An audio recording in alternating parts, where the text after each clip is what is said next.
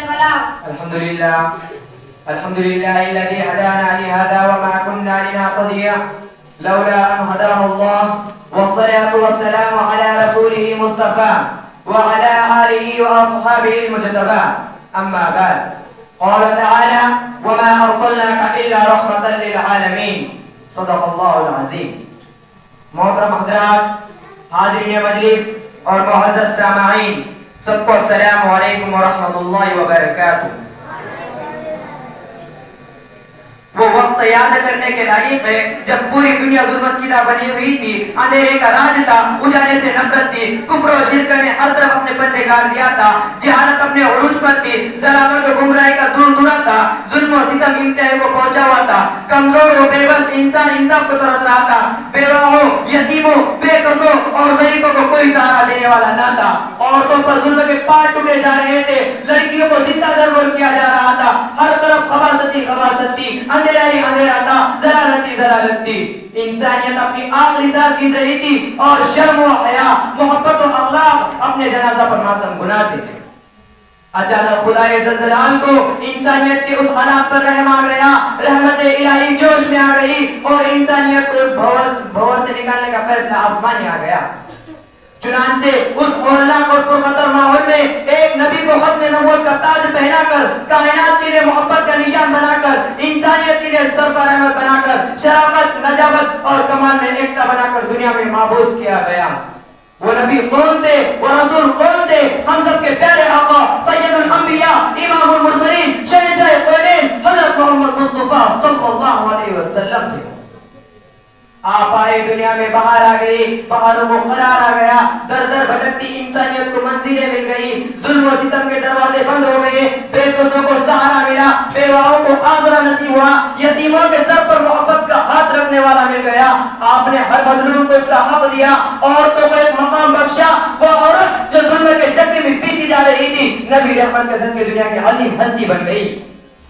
ماں، بیٹی و بہن اور بیوی کی شکل میں سب کے حقوں کو بیان کیے، اخلاق سے عاری اور تہذیب و تمدن سے محروم انسانوں کو اعلیٰ کردار سکھلایا، کفر و شرک کے خلاف علمی بغاوت بلند کیا، بت پرستی کو ختم کیا، توحید کا پرچم لہرایا. غرض یہ ہے کہ ہمارے پیارے آقا رحمتی رحمت تھے، شفقتی شفقت تھے اور محبتی محبت تھے.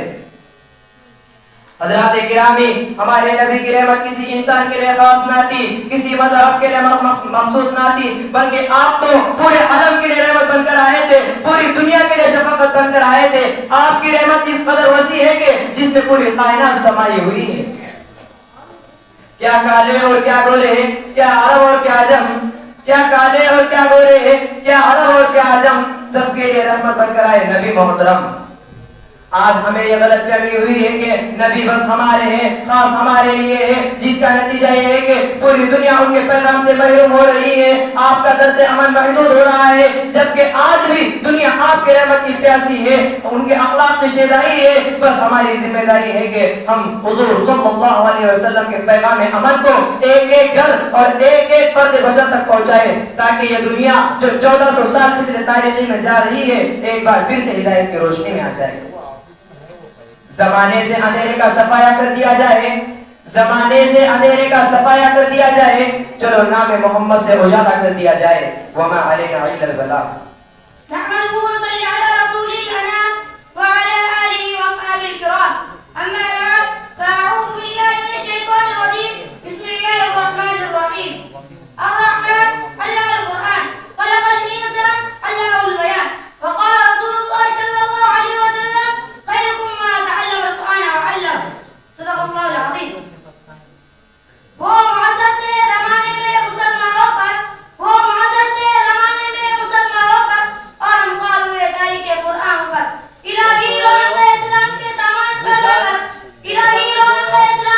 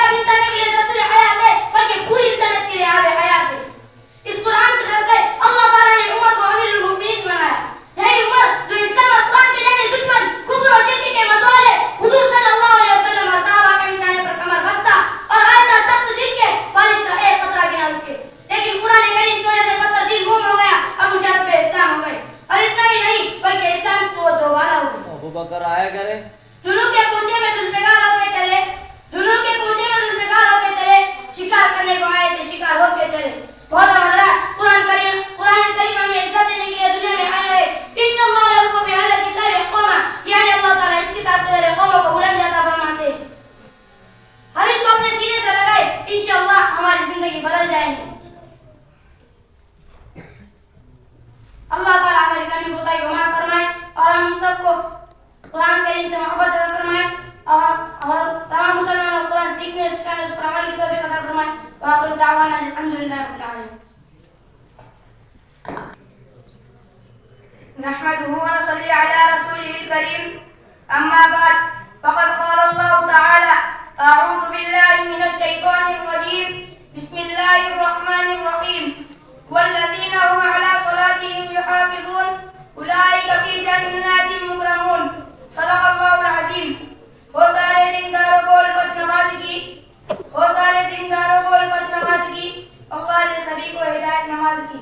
مہمانان زیوابار، معزز حاضرین، محترم بزرگوں، میں آپ حضرات کے سامنے نماز کے متعلق چند اہم حدیث کا ترجمہ پیش کرنا چاہتا ہوں جن کی روشنی میں ہم کو نماز کی اہمیت معلوم ہوں گی اور ہم دل سے اس پر عمل کر سکیں گے. حضرت صلی اللہ علیہ وسلم نے ارشاد فرمایا کہ اللہ نے میری امت پر سب چیزوں سے پہلے نماز فرض کی ہے اور قیامت میں سب سے پہلے نمازی کا حساب ہوگا. نماز کے بارے میں اللہ سے ڈرو. آدمی اور شرک کے درمیان نماز کا فرق ہے. اسلام کی علامت نماز ہے. حق تعالیٰ نے کوئی چیز ایمان اور نماز سے افضل فرض نہیں کی. نماز دل کا ستون ہے. نماز شیطان کا منہ کالا کرتی ہے. نماز مومن کا نور ہے. نماز افضل جہاد ہے. جب آدمی نماز میں ہوتا ہے تو اللہ تعالیٰ اس کی طرف پورا توجہ فرماتے ہیں اور جب وہ نماز سے ہٹ جاتا ہے تو وہ بھی توجہ ہٹا لیتے ہیں. جب آسمان سے کوئی آفت اترتی ہے تو مسجد والوں سے ہٹا لی جاتی ہے. اگر نمازی کسی وجہ سے جہنم میں چلا گیا تو آگ اس کے سجدے کی جگہ کو نہیں چھو سکتی کیونکہ اللہ تعالیٰ نے سجدے کی جگہ پر آگ کو حرام کر دیا ہے. جنت کی کنجی نماز ہے. نماز کا مرتبہ دین میں ایسا ہے جیسے سر کا درجہ بدن میں ہے. نماز دل کا نور ہے. جو اپنے دلوں کو نورانی بنانا چاہتا ہے وہ بنا لے. حضرات، آپ صلی اللہ علیہ وسلم نے فرمایا مسلمان جب تک پانچوں نمازوں کا اہتمام کرتا رہتا ہے شیطان ان سے ڈرتا رہتا ہے اور جب وہ نماز میں کوتاہی کرنے لگتا ہے تو شیطان کو اس پر جرأت ہو جاتی ہے اور اس کو بہکانے کی کوشش کرنے لگتا ہے. جب آدمی نماز کے لیے کھڑا ہوتا ہے تو رحمت الہی اس کی طرف متوجہ ہوتی ہے. اگر آسمان سے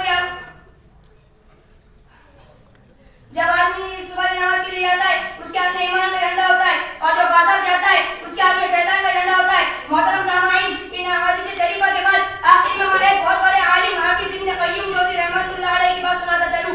وہ اپنی کتاب زاد المعاد میں لکھتے ہیں نماز روزی کو کھینچنے والی ہے، صحت کی محافظ ہے، بیماری کو دور کرنے والی، دل کو تقویت پہنچانے والی، چہرے کو خوبصورت اور منور بنانے والی، اعضاء میں نجاست و چستی پیدا کرنے والی، کاہلی اور سستی کو دفع کرنے والی ہے، شہر صدر کا سبب ہے، روح کی غذا ہے، دل کو منور کرتی ہے، اللہ کے انعام کی محافظ ہے، عذاب الہی سے دور کرتی ہے اور رحمان سے قریب یعنی نزدیکی پیدا کرتی ہے. اللہ تعالیٰ سے دعا ہے کہ ہم سب کو نماز کا خوب اہتمام کرنے کی توفیق عطا فرمائے. آمین.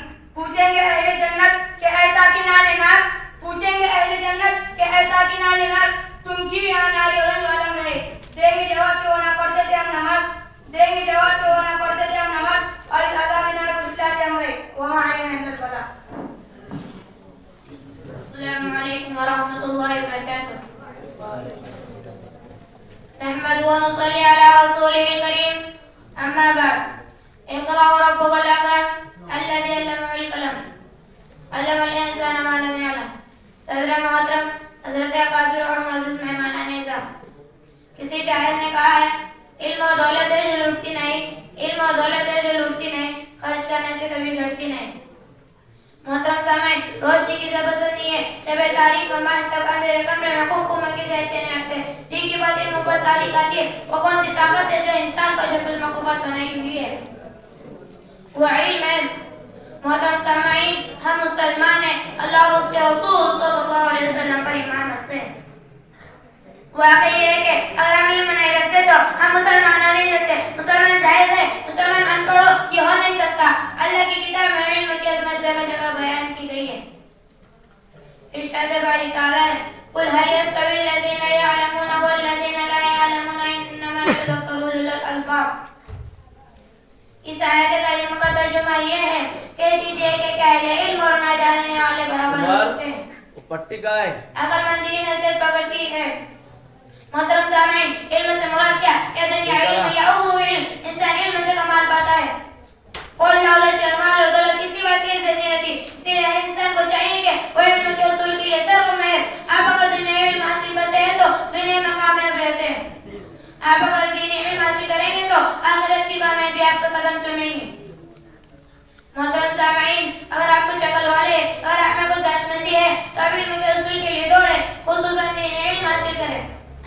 چاہے آپ کو کتنی ہی تکلیفیں اٹھانی پڑے، مصائب چلے، تکلیفیں اٹھے اور راتوں کو نیند خراب کرے اور دیگر زحمتیں برداشت کریں، پھر بھی علم کے اصول سے نہ بھاگیں، اسی میں کامیابی ہے. دعا کہ اللہ تعالیٰ ہمیں آپ کو علم کے اصول کے خصوصاً علم دینے کی توفیق عطا فرمائے. آمین و آمین. الحمد لله رب العالمين والصلاة والسلام على رسوله المبين وعلى آله وصحبه أجمعين. أما بعد، وقال النبي صلى الله عليه وسلم والذين أوتوا العلم درجات. صدق الله العظيم. محترم سامعین حضرات، علماء کرام اور میرے معزز حاضرین، علم دین کا حاصل کرنا ہر مسلمان پر فرض ہے اور مسلمان کو اتنا علم سیکھنا چاہیے کہ جس سے حلال و حرام کی پہچان کر سکے، وہ اپنی نماز، روزہ، زکوٰۃ اور حج کی صحیح ادائیگی کر سکے. مگر وہ مسلمان جن کا پیچھا سبق پڑھو علم سے دیا گیا ہے، جس کے نبی نے فرمایا میں معلم یعنی علم سکھانے والا بنا کر بھیجا گیا ہوں. جس مذہب میں علم کی اہمیت خوب اجاگر کی گئی ہے، افسوس وہی قوم علم سے کوسوں دور ہے. کیا بچہ کیا جوان ہر ایک کو علم سے برا نفرت کی گئی نسلیں کی نسل جہالت میں سفر کر رہی ہے، مگر علم دین کا ذرا بھی شوق نہیں. جبکہ علم دین وہ علم ہے جس کی دنیا میں عزت اور رفعت ملتی ہے اور آخرت میں سر خوف نصیب ہوتی ہے. حضرات سنیے اور غور سے سنیے، علم کا اللہ کے لیے سیکھنا، اس کے خوف کے حکم میں ہے، اس کی طلب میں نکلنا عبادت ہے، اس کا یاد کرنا تسبیح ہے، اس کی تحقیقات میں بحث کرنا جہاد ہے، اس کا پڑھنا صدقہ ہے، اس کے اہل پر خرچ کرنا اللہ تعالیٰ کے قربت کا سبب ہے. علم جائز ہونا جائز پہچاننے کی علامت ہے، جنت کے راستوں کا نشان ہے، وحشی میں جی بہلانے والا ہے، سفر کا ساتھی ہے، دشمن پر ہتھیار ہے. اقوال شانو اس علم کی بدولت علماء کرام کو بلند مقام عطا فرمایا ہے اور ایسے امام بنایا ہے جن کے نشان قدم پر چلا جائے، ان کی کردار کی اتباع کی جائے، فرشتے ان سے دوستی کی چاہت کرتے ہیں اور اپنے پروں کو ان کے راہ میں بھجا دیتے ہیں. بزرگوں، علم دین سیکھنے والے کے لیے دنیا کی ہر طرح خوش چیز دعائیں مغفرت کرتی ہے، حتیٰ کہ سمندر کی مچھلیاں، جنگل میں رہنے والے درند، چرنے والے جانور اور بلوں میں رہنے والے زہریلے سانپ ان کے لیے دعا کرتے ہیں. کیوں نہ ہو کہ علم دلوں کی روشنی ہے، آنکھوں کا نور ہے. علم کی وجہ سے بندہ امت کے بہترین افراد تک پہنچ جاتا ہے اور آخرت کے بلند مرتبیوں کو حاصل کر لیتا ہے. اس کا مطالعہ روزے کے برابر ہے، اس کا یاد کرنا تہجد کے برابر ہے. اس سے جوڑے جاتے ہیں، اس سے حلال و حرام کی پہچان ہوتی ہے. وہ عمل کا امام ہے، عمل اس کے تابع ہے. نیک وقت لوگوں کو اس کی توفیق دی جاتی ہے اور باب اس سے محروم رہتے ہیں. حضرات، جو قوم دنیا میں علم سے جاہل ہوتی ہے، علم سے دوری اختیار کرتی ہے، اس کی حیثیت زمین پر مردے جیسی ہوتی ہے. وہ قوم کبھی ترقی نہیں کر سکتی. اس لیے کہ ہماری ضرورت ہے کہ ہم اپنی آخرت کو سنواریں، کیونکہ یہ ہماری عزت اور نجات کا سامان ہے. رشید احمد کوئی ہوگا، کوئی نانوت بھی ہوگا. رشید احمد کوئی ہوگا، کوئی نانوت بھی ہوگا. کوئی انور، کوئی مدنی تو کوئی تھان بھی ہوگا. اکابر کا مبارک سلسلہ جو آج جاری ہے، اکابر کا مبارک سلسلہ جو آج جاری ہے، اسی زمرے میں شامل غلام مستانی میں ہوگا. الحمدللہ وکفى وسلام علی عباده الذین اصطفى. اما بعد فاعوذ باللہ من الشیطان الرجیم. بسم اللہ الرحمن الرحیم. لقد كان لكم في رسول الله أسوة حسنة. صدق الله العظیم. حضرات گرامی قدر معزز سامعین، ہم سب کے پیارے نبی حضرت محمد رسول اللہ صلی اللہ علیہ وسلم اللہ تعالیٰ کے آخری پیغمبر اور رسول ہیں، جن کے بعد تا قیامت تک کسی طرح کا نبی اور رسول نہیں سکتا. آپ صلی اللہ علیہ وسلم کی ذات اقدس کو خدا نے رحمت للعالمین بنا کر بھیجا اور جب کفر و شرک کے اندھیرے میں انسانیت راہ سے دور ہو چکی تھی تو اللہ نے آپ کو ہدایت کا آفتاب اور ماہتاب بنا کر دنیا میں مبعوث کیا. آپ صلی اللہ علیہ وسلم شان اتنے علی اور اتنے عظیم ہے کہ اس کی توصیف سوا خدا کے کوئی بیان نہیں کر سکتا. ہمارا عقیدہ ہے کہ ہمارے اور آپ کے سردار فخر قرآن سر عالم شہنشاہ وطا تاجر مدینہ سید الکائنات فخر موجودات احمد مصطفیٰ حضرت محمد مصطفیٰ صلی اللہ علیہ وسلم کی ذات گرامی و ذات ہے. ان کے صدقے میں رب نے کائنات کو وجود بخشا. ان کے وسیلے سے جنت سجی، عرش فرش بنے، نبیوں کو نبوت ملی، صحابہ کو صحابت ملی، انسانوں کو انسان ملی اور ہم جیسے گناہ گاروں کو دنیا میں ہدایت ملی اور آخرت میں شفا کی دولت ملی. ہمارا نبی کون نبی؟ وہ نبی جس نے 30 سال کے قولی رہتے ہوئے دنیا کے نظاموں کو بدل دیا اور صرف بدلائی نہیں، ظلم و جہل میں پھنسی انسانیت کو ہدایت کی جاوید اور روشنی عطا کی. قرآن مقدس شکل میں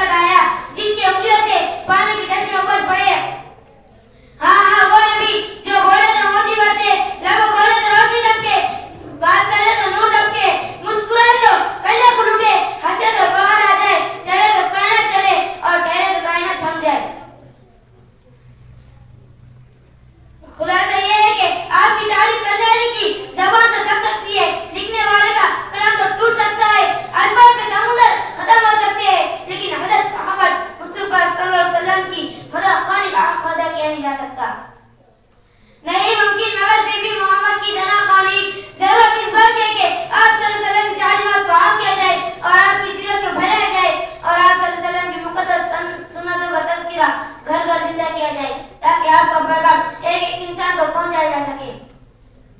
ہر شے میں اگر آپ کا جلوہ نہیں ہوتا، ہر شے میں اگر آپ کا جلوہ نہیں ہوتا، ہوتی نہیں شام سویرا نہیں ہوتا. وہ نور مجسم جو نہ ہوتا تو جہاں میں، وہ نور مجسم جو نہ ہوتا تو جہاں میں، سورج بھی نکلتا تو اجالا نہیں ہوتا. اما علینا الا البلاغ. الحمدللہ وکفا وسلام علی عبادہ الذین اصطفیٰ. اما بعد فاعوذ باللہ من الشیطان الرجیم. بسم اللہ الرحمن الرحیم. لقد کان لکم فی رسول اللہ اسوۃ حسنہ. صدق اللہ العظیم. حضرات گرامی قدر و معزز سامعین، ہم سب کے پیارے نبی حضرت محمد رسول اللہ صلی اللہ علیہ وسلم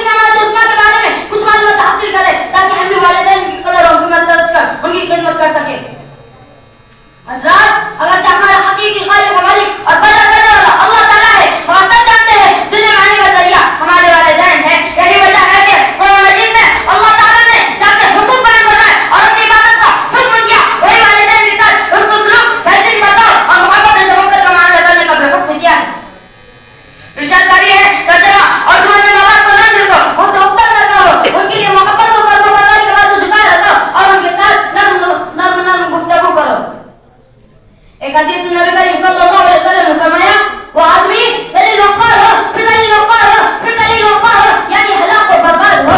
آپ سے پوچھا گیا کون یا رسول اللہ؟ آپ نے فرمایا وہ شخص جو ماں باپ میں سے کسی ایک کو بڑھاپے کی حالت میں پائے اور ان کی خدمت کر کے خود کو جنت کا مستحق نہ بنا لے۔ محترم بزرگوں، بخاری شریف میں ہے کہ ایک صحابی نے آپ صلی اللہ علیہ وسلم سے پوچھا یا رسول اللہ صلی اللہ علیہ وسلم من احاط بحسن صحابتي قال امك قال ثم من قال ثم امك قال ثم من قال ثم امك قال ثم من قال ثم ابوك، یعنی میرا حسن سلوک کا سب سے زیادہ مستحق کون؟ آپ صلی اللہ علیہ وسلم نے فرمایا تمہاری ماں۔ اس نے پوچھا پھر کون؟ آپ صلی اللہ علیہ وسلم نے فرمایا تمہاری ماں۔ اس نے پوچھا پھر کون؟ آپ صلی اللہ علیہ وسلم نے فرمایا تمہاری ماں۔ اس نے پوچھا پھر کون؟ آپ صلی اللہ علیہ وسلم نے فرمایا تمہارا باپ۔ بات جنت کے دروازوں میں سے بہترین دروازہ ہے، تم چاہو تو اس کی نافرمانی کر کے اسے ضائع کر دو یا اس کا دل خوش کر کے اس کی حفاظت کرو۔ آپ صلی اللہ علیہ وسلم نے فرمایا جنت تمہاری ماں کے قدموں کے نیچے ہے۔ دوستو، بڑے خوش قسمت ہے وہ لوگ جو اپنے والدین کی خدمت کر کے اپنی دنیا و آخرت کو پرسکون بنا رہے ہیں، اور بڑے بد نصیب ہے وہ لوگ جو ان کی نافرمانی کر کے اپنی دنیا و آخرت کو جہنم بنا رہے ہیں۔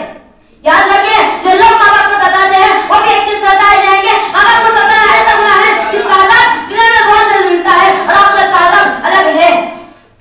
اللہ تعالیٰ ہم سب کی حفاظت فرمائے اور نیک عمل کی توفیق عطا فرمائے۔ آخر میں شیئر کر کے اپنی تقریر ختم کرتا ہوں۔ یاد رکھو یہ نصیحت ہے، یاد رکھو یہ نصیحت ہے، فرض ماں باپ کی اطاعت ہے، نہ کرو تم ان کو ناخوش، ماں کے قدموں کے نیچے جنت ہے۔ وما علینا الا البلاغ۔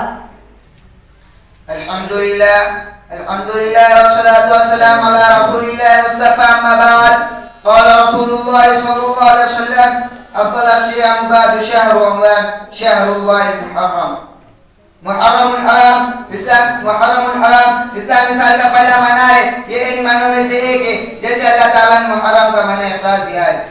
اس معنی کی عظمت و حرمت آج سے نہیں بلکہ زمانے جاہلیت کے پہلے سے چلی آ رہی ہے۔ اسلامی اعتبار سے جاہل پہلا معنی ہے وہ بہت قابل تعظیم اور لائق احترام معنی ہے۔ رمضان المبارک کے روزے فرض ہونے سے پہلے محرم الحرام کے روزے فرض تھے۔ جب رمضان کے روزے فرض ہوئے تب سے اس ماہ کے روزے سنت اقرار دیے گئے۔ حضرات گرامی، اس مہینے کی 10 تاریخ کو یوم عاشورہ کہا جاتا ہے، جس دن روزہ رکھنا ممنوع ہے۔ آن صلی اللہ علیہ وسلم ایک مرتبہ یہودیوں کے بستی میں تشریف لے گئے، دیکھا تو وہ لوگ روزے سے تھے۔ آپ نے پوچھا تم لوگوں نے کس وجہ سے روزہ رکھا ہوا ہے؟ انہوں نے کہا آج ہی کے دن اللہ تعالیٰ نے حضرت موسیٰ علیہ السلام کو فرعون سے نجات دی تھی، آج فرعون کو غرق کیا گیا تھا، جس کے شکرانے میں ہم لوگ ہر سال روزہ رکھتے ہیں۔ آپ صلی اللہ علیہ وسلم نے فرمایا پھر ہم تو موسیٰ علیہ السلام کے تم سے زیادہ حقدار ہیں۔ اس کے بعد حضرت صلی اللہ علیہ وسلم نے مسلمانوں کو دن سے روزہ رکھنے کا حکم دیا۔ صحابہ نے عرض کیا یا رسول اللہ صلی اللہ علیہ وسلم، یہ تو وہ دن ہے جس کی یہودی بہت تعظیم کرتی ہے۔